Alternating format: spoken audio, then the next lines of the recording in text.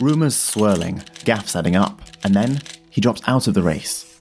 But does he have dementia? Let's explore what dementia is and the implications this has not just for politics, but for the families dealing with cognitive decline. What should you expect and do when your loved ones are affected? And how does this change for our president? The elephant in the room? Joe Biden's cognitive decline compared to a few years ago has been a hot topic lately. Trump is declining too, with mad ramblings. And we knock on wood wherever we may have wood. He can take the life of the baby in the 9th month and even after birth, because some states, Democrat run, take it after birth. Again, the former governor of Virginia, put the baby down, then we decide what to do with it. So he's willing to, as we say, rip the baby out of the womb in the 9th month and kill the baby. But Biden is more obviously frail looking recently, drawing more attention and scrutiny of his mental acuity. From his debate performances to his public gaffes, people are increasingly concerned. But why does this matter? Well, it's not just about who gets the nuclear codes, it's about understanding a condition that affects millions of people. If you've ever seen a loved one suffer from dementia, you know how heartbreaking it can be to witness the gradual decline, confusion, memory loss, and behavioural changes. The World Health Organization estimates there are over 55 million people living with dementia across the globe, about the population of 2 Texases, and this is expected to triple by 2050 due to an aging population and growing risk factors, with an additional 10 million being diagnosed every year. With stigma and diagnosis lagging, these are probably still underestimates. The financial burden on healthcare systems and economies is escalating, while pressure on carers, families, and communities are struggling to keep up. As cases rise, early detection and effective management becomes ever more important. But how do you spot it in a family member or a president? And what do you do about it? That starts by knowing what dementia is and what we're looking for. An initial trap? Thinking of dementia as a single disease. Dementia is an umbrella term for around 200 conditions, a bit like how cardiovascular disease covers different problems like high blood pressure to heart attacks and strokes. It's defined by cognitive decline severe enough to interfere with daily life. What causes dementia? The death of brain cells and progressive loss of their functions. But what causes that depends on the type, something we'll come back to when looking at Joe Biden. The most common type is Alzheimer's, accounting for 60 to 80% of dementia cases, and is characterized by protein abnormalities in the brain, as is dementia with Lewy bodies, which is also common, and Parkinson's disease, which stands out by showing motor symptoms like tremors and stiffness, which occur years before cognitive decline appears. Then there's vascular dementia, which results from reduced blood flow to the brain, often after strokes or something we'll come to later with Biden. The brain's activity is one of the most energy and oxygen demanding processes in the body, even when asleep, so worsening blood flow affects the health and survival of the brain cells. And then there are types of dementia skewing younger, others associated with alcoholism, combinations of different types, and more. Early stages may only show mild cognitive impairment, or MCI, which can be hard to tell apart from normal aging-related decline. MCI is like forgetting items off your shopping list regularly, while dementia is like someone forgetting how to get home from the grocery store and ending up in danger. We'll get back to this later with Joe Biden, but first we need to know what we're looking out for. These are generally disorientation, loss of mobility, memory failure, language issues, personality changes, confusion, frustration, incontinence, and more. But this varies a lot between types and people. The area of brain damage matters. Damage and cell death in the frontal and prefrontal areas typically produce changes to social behavior and executive function. Think working memory, flexible thinking, and self-control. While if the damage is mainly in the temporal and hippocampal regions, for example, effects will be seen in the person's memory. Memory is what we most strongly associate with dementia. What actually is memory failure? We have to differentiate between forgetting and not remembering, which scientifically are actually 2 different types of memory failure. Forgetting is where the brain successfully stores information, but later loses it. Obviously, we only care about this when it goes beyond a normal level of forgetting. And then there's not remembering, where the brain fails to encode information in the first place, so new memories can't form. These 2 types of memory loss will become really important when we consider what to do when someone close to you, or a president, has dementia. But first, Joe, how do these symptoms relate to what we're seeing on TV and in the news? Let's explore what's going on with Joe Biden. Physically, there's obviously been some decline in motor skills in recent years, evident in public appearances where he's appeared less coordinated, or tripping multiple times while boarding or leaving Air Force One, or falling off the bike. But he's obviously vigorous and active for an 81-year-old, and much of any stiffness we've seen is normal for a man his age with arthritis, which we know he has from his last medical evaluation, which I'll get to shortly. However, Biden has exhibited slip-ups which seem to be getting increasingly frequent. This includes minor but embarrassing memory failure or lapses, difficulty articulating complete thoughts, word salads, poor judgment, making up memories that never happened, and more. Here are just a few. In 2022, there was the Fly interview. How would you say your mental focus is? Oh, it's focused. I haven't, look, I have trouble even saying to myself my own head the number of years. I no more think of myself as being as old as I am than Fly. I mean, it's just not, I haven't observed anything in terms of, there's not things I don't do now that I did before, whether it's physical or mental or anything else. Asking for someone that had died a few weeks before in a press conference. And I want to thank all of you here for including bipartisan elected officials like Representative Governor, Senator Braun, Senator Booker, Representative Jackie. Are you here? Where's Jackie? I didn't think she was going to be here to help make this a reality. Mixing up the war in Ukraine with the war in Iraq. You know, we're dealing with it for a whole second. Inflation is a worldwide problem right now because of a war in Iraq and the impact on oil and what Russia's doing. Then correcting himself by saying he thinks of Iraq because his son died there. And thinking of Iraq because that's where my son died. When his son actually died of brain cancer 6 years after returning from that war. He corrected this again a few moments later though. In 2023, referring to the New Zealand rugby team by the name of the British paramilitary group that brutalised civilians during the Irish War of Independence. We take great faith. And the closing comment I make, you see this tie I have with the shamrock on it? This was given to me by one of these guys right here. Was a hell of a rugby player, and they beat the hell out of the black and tans. Oh God, but it was when you were at a soldier field, wasn't it? Calling the British Prime Minister President, as well as totally butchering his name. Well, Mr. President, I just demoted you, Mr. Prime Minister. And whether it's the United Kingdom or just today, we've got news that Rashid Sunak is now the Prime Minister. As my brother would say, go figure. Closing a gun safety speech with, I'm going to ask the White House photographer to come up. And all I'm going to do is I'm going to stand. I usually shake everybody's hand. But I'm going to stand in front of each section. No, I really mean it. And if you can see the camera, they can see you. And it's the least consequential part of this whole meeting for you. I promise. All right? God save the Queen, man. Again confusing Ukraine with Iraq on consecutive days before saying that the Indian Prime Minister, Narendra Modi, is the leader of a little country that's now the largest in the world, China. Rambling after saying he wanted to go to bed. If you don't have a game plan, he may have a game plan. He just hasn't shared it with me. But I tell you what, I don't know about you, but I'm going to go to bed.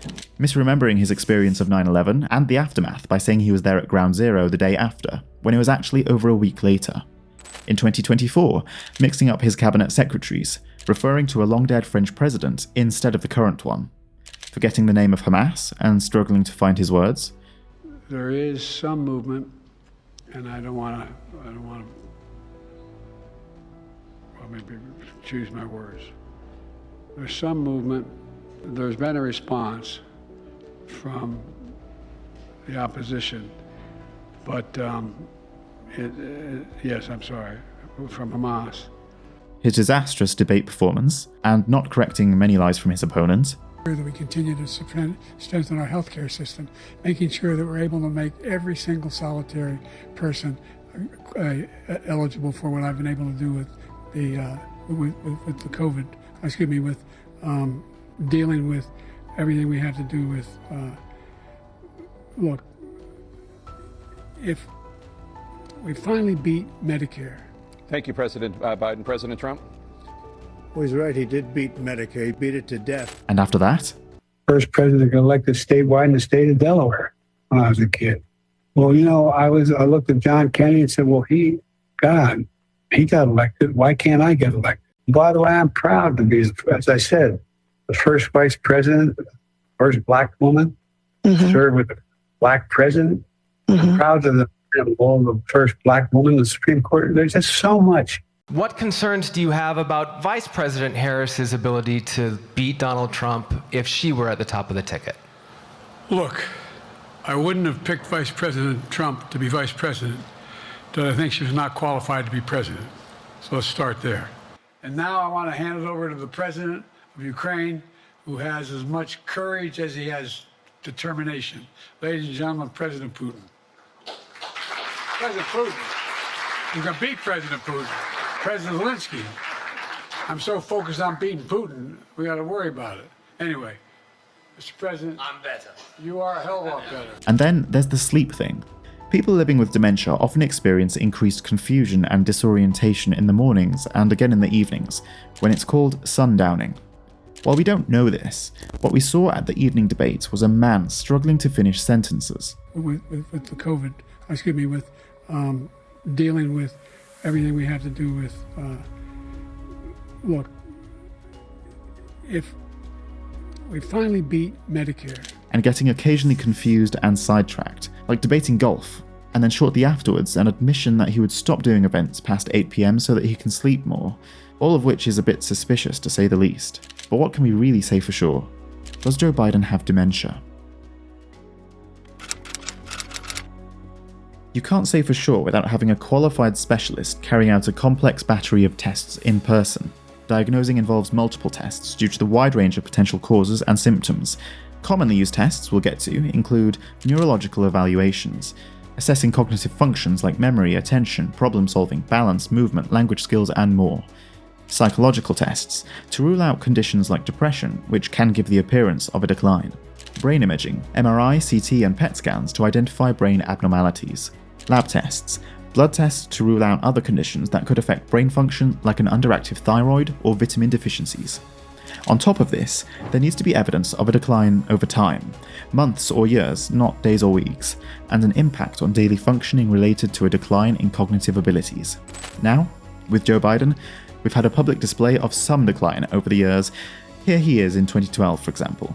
First of all, I was there when Ronald Reagan tax rates, when he gave specifics of what he was going to cut. No, number one, in terms of tax expenditures. Number two, 97% of the small businesses in America make less than $250,000. Let me tell you who some of those other small businesses are. Hedge funds. This decline to what we're seeing now, in a normal person, would be enough to trigger initial tests, to, at the very least, rule out disease. So what do we know about Joe? With medical exam results and information normally being confidential, we usually don't know any of this, but for presidents we do have some publicly available and disclosed information. You may have seen a recent hype about whether he has Parkinson's. From July 2023 to March 2024, Dr. Kevin Kennard, a Parkinson's disease specialist, visited the White House 8 times. Despite speculation, the White House stated that Dr. Kennard's visits were largely for treating other staff at the White House Medical Clinic. However, Dr. Kennard did meet with President Biden's physician, Dr. Kevin O'Connor, 3 times over Biden's presidency for annual medical exams. Now, Kennard isn't just a Parkinson's specialist, so this hype over his comings and goings is a bit strange. Going back to a letter from his doctor following his February 2024 medical evaluation, Biden underwent an extremely detailed neurologic exam, which found nothing consistent with any cerebellar or central neurological disorder, specifically mentioning and ruling out Parkinson's disease.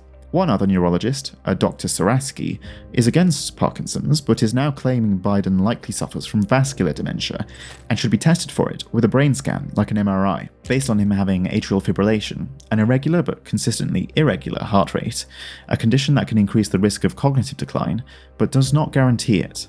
Biden is on an anticoagulant treatment that controls the risk of complications due to that condition though. Sarasky also cites Biden having had 2 brain aneurysms several decades ago, one apparently located in a brain region responsible for speech.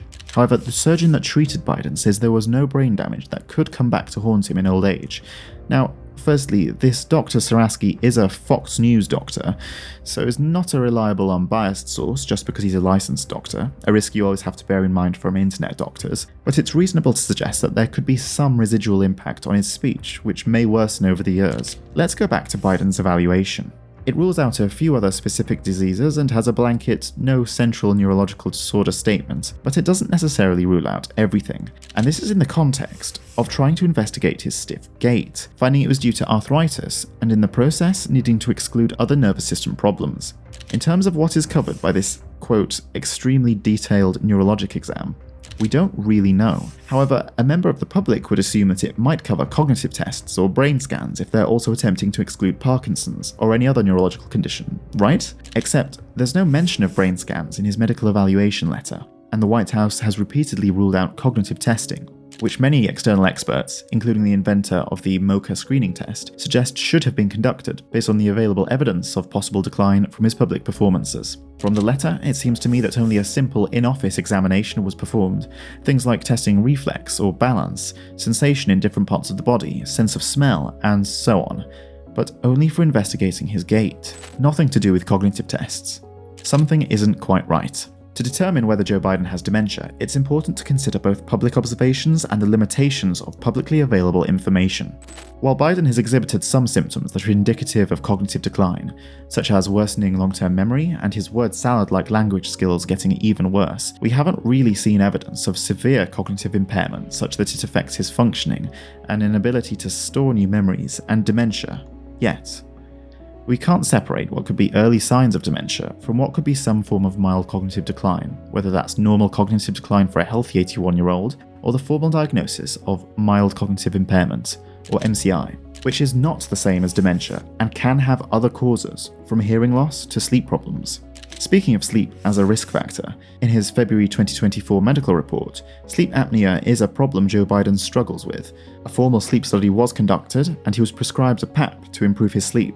I assume cognitive tests have not been performed, or the results not released, because they might demonstrate evidence of a mild cognitive decline, which would be picked up by the media regardless of whether it was a formal diagnosis of disease-related decline or simply due to normal aging. Particularly as after a formal diagnosis with MCI, about half of people do go on to develop dementia within 5 years, which sounds scary, but also means half of people do not. It's worth mentioning the role of the media here in shaping the narrative. Are these incidents of apparent decline becoming as frequent as a click-hungry media suggest, or is there just an increased scrutiny magnifying what's been there for years? Well, when you put everything together, it looks pretty damning. But he has been a bit out of pocket for a long time. It seems like we have an incredibly gaffe-prone man. Here's a clip of him in 2019. We have this notion that somehow if you're poor, you cannot do it. Poor kids are just as bright and just as talented as white kids. Wealthy kids, black kids, Asian kids. No, I really mean it, but think how we think about it. And here's him in 2012 speaking to a crowd of black people.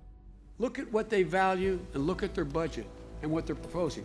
Romney wants to he said in the first 100 days, he's going to let the big banks once again write their own rules. Unchain Wall Street. They're going to put you all back in chains.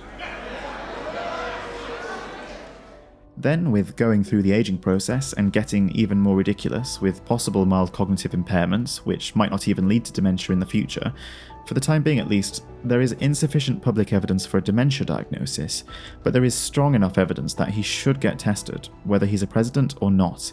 If anything, him being president makes it more important, as the standard for mental acuity and cognitive reserve should be much higher than an everyday person. We shouldn't really be asking these sorts of questions of a president or a presidential candidate. But if you're disappointed by a conclusion that we can't say for sure that he has dementia, ask yourself why. It's impossible to diagnose someone for dementia at a distance, not just because the diagnosis is often wrong, but because it's unethical without a thorough assessment of that person from a professional. In fact, it's also unethical and against the rules of the American Medical Association and American Psychological Association. The APA's Goldwater Rule was devised after Facts magazine polled 1,189 psychiatrists and then declared that they found presidential candidate Barry Goldwater unfit for office. He successfully sued them for defamation. However, while diagnosing Biden might be inappropriate, He's not a private individual. He's the commander of the most powerful military in the world, which makes serious discussion about the need for full testing absolutely appropriate. Accusations of dementia, which is poorly understood, is often used to disqualify people from participating in public life by playing on stigma around the condition, as well as further entrenching stigma for the condition. This kind of fits the idea that whatever signs we might be seeing are being subjected to intense scrutiny, which makes them look worse. Biden has still performed to a very high level in his first term, with achievements from the economy, inequality to violent crime. Based on what we know now, he probably doesn't have dementia right now, just some level of mild cognitive decline or impairment that isn't affecting his ability to function at the moment, and might not worsen, but which certainly would warrant some initial testing to be sure. Not testing would be inappropriate for a normal old man, so it definitely is for a presidential candidate. So what if he, or any other old person, or another serving president, God bless the United States, does go on to diagnose severe cognitive impairment and dementia? To think about what to do with a president with dementia, we have to understand what works for a normal person. Remember the two types of memory loss, forgetting and not remembering? Imagine a photo album representing your memories with new photos being added all the time. In most cases of dementia, especially Alzheimer's, the ability to form new memories is lost first, like no longer being able to add new photos to your album. This explains why people with dementia often recall past events well, but struggle with recent information. Understanding this helps in interacting with or caring for someone with that sort of dementia. When the ability to form new memories fails, the individual becomes increasingly distant from recent factual information, making their past memories more dominant. This can make them believe that they are in a different time and space, which is why trying to convince them of their current surroundings can cause anxiety and behavior that challenges. As new memory formation continues to fail, while established memories, photos further back in the album, begin to fade, the time frame in which a person has access to complete memories shortens drastically, affecting their ability to live well in the present moment. After memory loss, a patient might be left with intact memories that provide them with a frame of reference that is 20 years in the past. This may mean that they believe several things to be true which are not. For instance, that their child still lives at home, or that a dead person is still the President of France. For former UK Prime Minister Margaret Thatcher, who had dementia, inability to store new memories meant constantly having to be told the news that her husband had died. To constantly be confronted by reality like this could be very emotionally difficult for a person with dementia. So, should they be told the truth? Let's for a moment appreciate how dementia care has evolved. For many years, the prevailing opinion was that people should be corrected and contradicted to reorient them to the true present and restore their dignity. More recently though, strength and feeling have grown behind the idea that it may, in fact, be more beneficial to go with the flow, and let the person with dementia believe whatever their personal present tells them, even if this is wildly inaccurate. The speckle approach, as pioneered by the Contented Dementia Trust in the UK, has become one of the flagship strategies that advocates for letting the person with dementia believe whatever makes them happy and content. For a long time, more established charities and organisations took positions at odds with this, focusing on the value of being completely honest with any person, regardless of their dementia. As medical and social care has evolved, though, the two sides of the debate have slipped closer together. Now, the Alzheimer Society are releasing advice to carers that effectively paraphrases the key principles of the speckle approach, which are available in the Oliver James book, Contented Dementia. This is the attitude that outstanding rated care providers, like the Good Care Group, have tended to take, the more permissive standpoint from which the person with dementia is supported to live in whichever context or frame of reference seems more acceptable and real to them, helping those affected to live more happily than ever before. The benefits of this approach? Reduced anxiety. By validating the patient's reality, caregivers can significantly reduce the confusion and anxiety that comes from being constantly corrected. Better relationships. This method encourages the building of trust and a better rapport between caregivers and patients, as it minimizes confrontations and misunderstandings, and enhanced well-being. Overall, patients exhibit improved moods and a greater sense of contentment, which can lead to a greater quality of life despite the progression of the disease. How do you apply this in the real world? Caregivers and families using the speckle approach might engage patients in conversations that respect their perceived realities. For example, if a patient believes they are waiting for a bus to go to work, instead of correcting them, the caregiver might engage them in a conversation about their job and their colleagues, thereby reducing the stress and maintaining a sense of calm. By understanding these concepts and real-life applications, we can foster a more compassionate and effective approach to dementia care, but is this appropriate all the time? He stepped out of the race, but let's imagine he didn't, and did develop full-blown dementia while in office. The speckle approach, though effective in creating a comforting environment by validating a patient's perceived reality, is not suitable for someone with dementia who holds a critical role and commands the most powerful military in the world, such as the President of the United States.